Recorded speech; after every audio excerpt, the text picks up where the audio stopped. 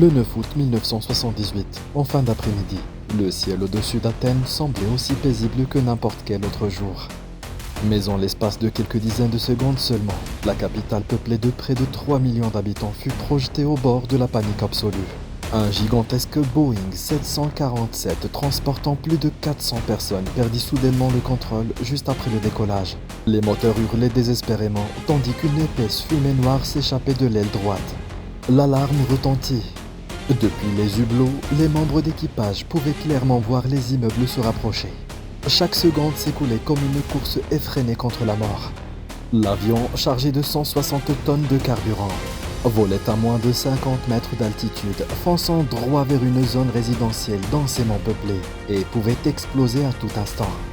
Le destin était-il déjà scellé? Un miracle allait-il se produire? Que pouvait-il bien se passer ensuite? Dès maintenant, embarquons ensemble dans l'incroyable périple du vol 411 d'Olympic Airways, le vol de Zeus. Le 9 août 1978, à l'aéroport international d'Ellinikon à Athènes, en Grèce. L'après-midi était étouffante dans l'une des plus anciennes cités du monde. Le vol 411 d'Olympic Airways, une traversée transatlantique à destination de l'aéroport international John F. Kennedy aux États-Unis, était en cours de ravitaillement en carburant en vue d'un trajet de plus de 11 heures et d'une distance totale de 7952 km. L'appareil utilisé était un Boeing 747-200. Le premier avion gros porteur à double allée et double pont au monde, grâce à son autonomie et à sa capacité d'emport exceptionnelle. Olympic Airways l'avait choisi comme fleuron de sa flotte. On l'avait baptisé Olympic Zeus, en hommage au dieu suprême de la mythologie grecque, maître du ciel. Ce jour-là, l'avion transportait 400 passagers et 18 membres d'équipage. Le commandant de bord, Sifis Migadis, âgé de 55 ans, était un ancien aviateur de l'armée de l'air grecque. À 17 ans, il avait pris part à la résistance contre l'occupation allemande, armé comme simple civil sur l'île de Crète, durant la Seconde Guerre mondiale.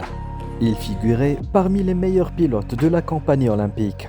Le copilote était Konstantinos Fikardos, un aviateur chevronné et proche collaborateur du commandant. Dans le cockpit se trouvait également un ingénieur de vol. Quant aux 400 passagers, il s'agissait en majorité de citoyens américains qui rentraient chez eux après des vacances estivales en Grèce. À 13h50, après avoir embarqué 160 tonnes de carburant, le vol 411 reçut l'autorisation de départ. Les 4 moteurs disposés sous les ailes furent mis en marche l'un après l'autre. À l'époque, le Boeing 747-200 était considéré comme l'un des avions les plus puissants et les plus lourds du monde, avec ses 4 turboréacteurs Pratt & Whitney JT9D. En conditions normales, ces moteurs développaient une poussée d'environ 46 150 livres chacun, capable de transporter l'appareil vers les destinations les plus éloignées de la planète. Toutefois, comme le moteur numéro 2 venait d'être révisé, la puissance totale disponible n'atteignait que 96%. Il faut savoir que la véritable limite de poussée d'un réacteur réside dans la température du cœur. Si l'on injecte trop de carburant dans la chambre de combustion, la chaleur peut endommager les composants arrière et provoquer l'explosion du moteur. Pour exploiter toute la puissance, l'équipage devait donc recourir à un système d'injection d'eau, qui pulvérisait un mélange d'eau et de glycol dans le diffuseur, juste avant la chambre de combustion. Ce procédé permettait de refroidir la flamme, d'ajouter plus de carburant à la combustion et d'accroître la poussée jusqu'à 110%. Notamment lors des phases critiques de décollage et à basse altitude.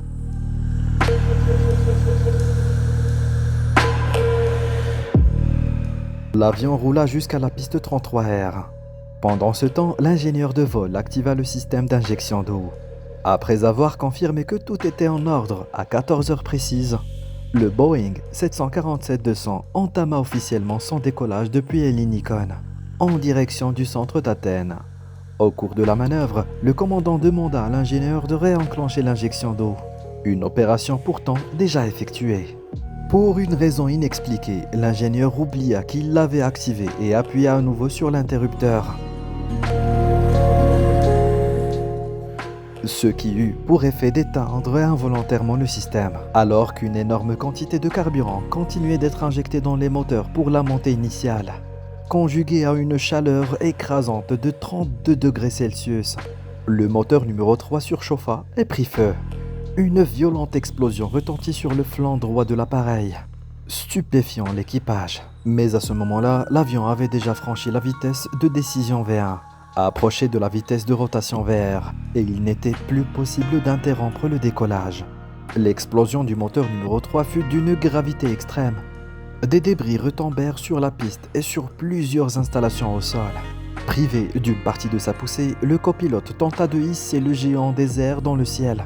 Le Boeing 747 franchit de justesse la clôture périphérique de l'aéroport, haute de 3,6 mètres, avant de poursuivre sa trajectoire, cap sur le centre-ville d'Athènes. Après une ascension laborieuse, l'avion se stabilisa à 60 mètres d'altitude, soit la hauteur d'un immeuble d'environ 20 étages.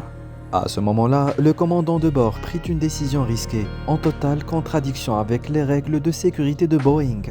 Il demanda au copilote de rentrer le train d'atterrissage. En général, lors d'un décollage à basse altitude et à faible vitesse, si les pilotes rentrent complètement le train, l'opération peut durer jusqu'à 15 secondes. Les trappes du logement s'ouvrent puis se referment, ce qui accroît la traînée de l'avion et, dans le pire des cas, peut le faire décrocher et s'écraser. Fort de dizaines d'années d'expérience, le commandant considérait que cela relevait de la théorie sur le papier. Dans la situation présente, le train d'atterrissage diminuait les performances et ralentissait l'appareil. Devant eux se dressait la colline de Pani, qu'il leur fallait impérativement franchir. Le copilote exécuta l'ordre, les roues furent rentrées. L'avion demeurait temporairement stable en l'air, mais un second problème apparut aussitôt. Le système d'injection d'eau s'était arrêté, et le système de pompes auxiliaires censé améliorer l'efficacité de la combustion s'était lui aussi coupé. Le moteur numéro 2, qui revenait de maintenance, perdit une part significative de sa poussée. Le pilotage devenait de plus en plus difficile. Le Boeing 747 se trouvait désormais tout près de la colline de Pani, à Alimos. Pani culmine à 200 pieds, soit 60,96 mètres. Une hauteur à peine supérieure à l'envergure actuelle de l'appareil, 59,6 mètres. Dans l'état où il se trouvait, l'équipage ne pouvait pas virer pour l'éviter. À chaque tentative du commandant pour incliner l'avion, celui-ci tressaillait et grinçait de manière inquiétante. L'angle d'inclinaison maximale qu'il parvint à atteindre n'était que de 2 degrés. Il ne restait qu'une seule option à l'équipage, poursuivre tout droit. Depuis l'aérogare, les contrôleurs aériens retenaient leur souffle en observant le Boeing. Ils semblaient presque foncer droit sur la colline. Tout allait s'achever de la pire manière.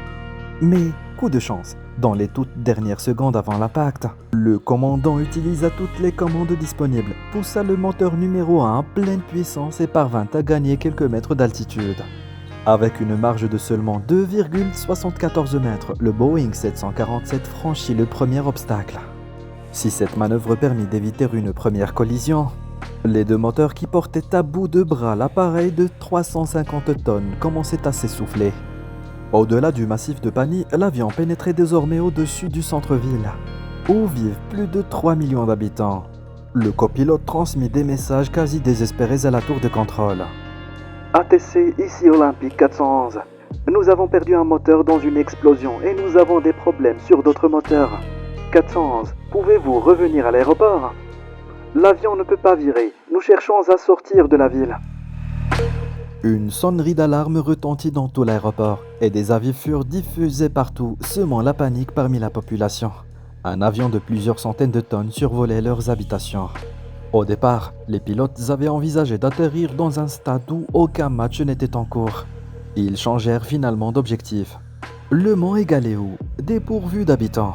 Les pilotes se dirent qu'ils allaient mourir, mais qu'il leur restait une dernière mission. Réduire au maximum le nombre de victimes. Si l'avion s'écrasait au centre de la capitale, le 411 deviendrait la pire catastrophe aérienne de tous les temps. Les 160 tonnes de carburant s'embraseraient et réduiraient tout en cendres. Près d'une minute s'était écoulée depuis le décollage et le Boeing 747 volait toujours dangereusement bas. Sa vitesse était tombée à 200,63 km/h. En deçà de la limite minimale de 290 km/h nécessaire pour maintenir le vol. Un silence glaçant régnait dans le cockpit. Le commandant et le copilote étaient entièrement concentrés sur leur tâche, tandis que l'ingénieur de vol s'efforçait de rallumer les moteurs. Le commandant choisit de maintenir l'avion strictement à l'horizontale. Mieux que quiconque, il savait ce que dictent les lois de l'aérodynamique. Au moindre virage ou à la moindre inclinaison, l'appareil perdrait immédiatement de la portance et tomberait. Quelques secondes supplémentaires passèrent. Conscient qu'il ne pourrait pas rester en l'air bien longtemps, l'équipage opta pour une autre manœuvre risquée. Sacrifier quelques mètres d'altitude pour gagner de la vitesse. L'exécution devait être d'une précision absolue. Le commandant poussa doucement le nez de l'avion et celui-ci commença à perdre de l'altitude.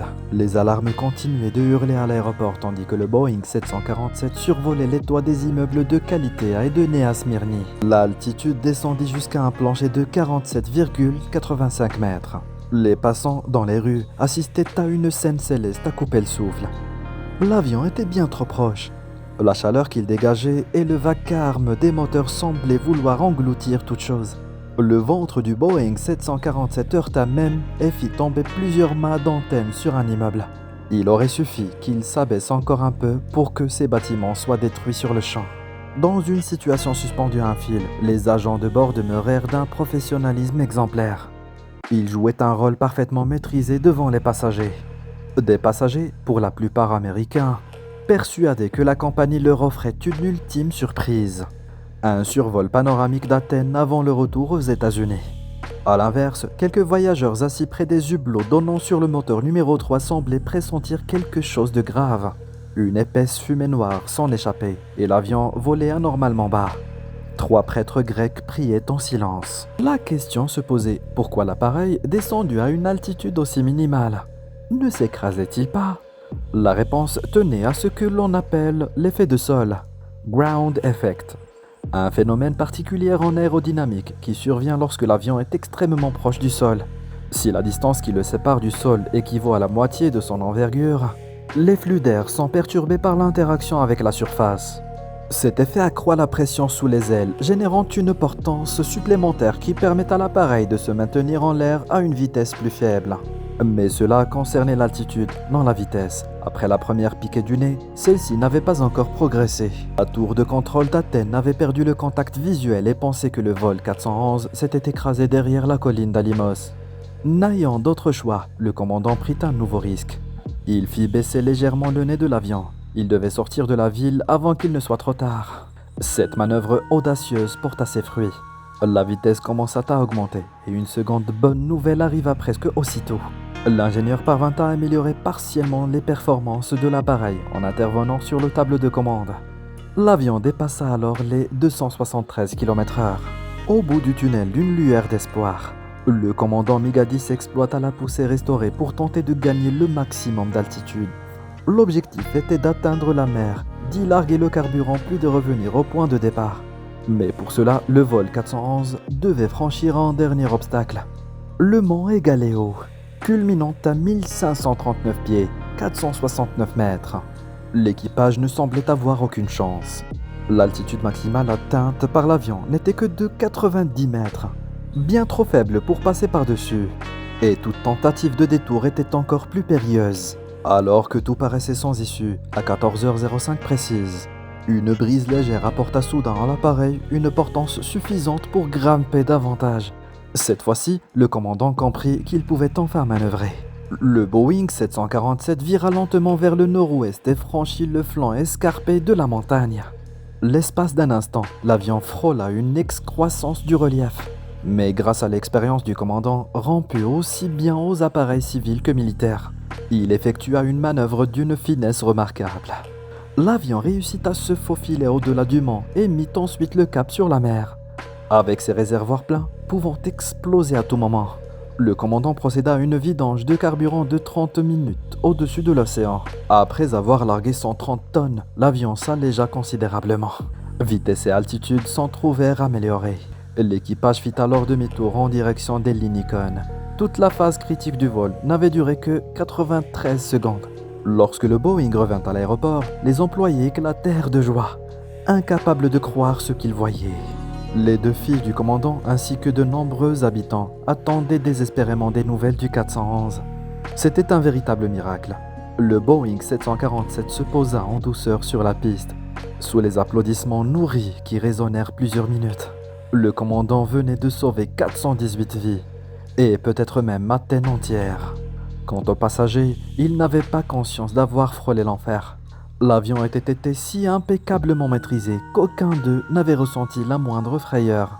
Juste après l'incident, à 18h, le commandant Migadis et son copilote, tels de véritables héros, prirent place dans le cockpit d'un autre Boeing 747 de remplacement afin de conduire 400 passagers à travers l'Atlantique jusqu'aux États-Unis. Il fallut attendre 2004 pour que soit créée la commission grecque de la sécurité et de l'enquête sur les accidents aériens. De son côté, Boeing rendit sa conclusion définitive. Aucun problème technique de l'appareil ni de ses moteurs n'avait causé la perte de performance au décollage. L'incident était dû au fait que l'équipage avait éteint par inadvertance la pompe d'injection d'eau, entraînant l'explosion du moteur numéro 3. L'atterrissage réussi du commandant dépassa l'entendement même du plus grand constructeur aéronautique au monde. Toutes les simulations effectuées par Boeing, préparées avec le plus grand soin et incluant les meilleurs pilotes et experts, aboutissaient à une issue fatale dans un scénario similaire. L'exploit du commandant avait été rendu possible grâce à son intelligence, son sang-froid et l'expérience accumulée au fil de plusieurs décennies. L'avion avait toujours maintenu une trajectoire rectiligne, sans mouvement brusque. Le calme des passagers fut également un facteur essentiel. Ne cédant pas à la panique et restant assis, ils contribuèrent à garder l'appareil dans son état le plus stable. Par ailleurs, selon un documentaire de la télévision grecque, les météorologues avancèrent une autre hypothèse. Située entre 4 grandes montagnes, Athènes est considérée comme l'une des zones aux conditions météorologiques les plus complexes du monde. Au moment de l'incident, un phénomène d'inversion de température avait provoqué une ascension brutale d'air chaud depuis le cœur de la ville, générant une portance inhabituelle. Cette poussée, si modeste fut-elle, aurait aidé le Boeing 747 à maintenir son altitude dans l'instant le plus critique, alors que la vitesse était presque insuffisante pour le maintenir en vol. Mais qu'il s'agisse d'un phénomène physique ou, comme aiment à le croire les Grecs, d'une intervention du dieu Zeus, l'essentiel restait la maîtrise humaine. Dans un monde de plus en plus dépendant des systèmes aéronautiques et des machines, ce sont parfois les décisions instinctives, l'expérience et le courage qui engendrent les miracles. Point n'est besoin de magie, car ce sont des hommes ordinaires dans des circonstances extraordinaires qui accomplissent l'impossible. Depuis ce jour, le nom de Sifis Migadis ne se rattache plus seulement à un vol historique. Il est entré dans la mémoire nationale, un symbole de bravoure que les Grecs évoquent comme un héros populaire. Celui qui, par ses mains et son cœur, sauva une ville entière.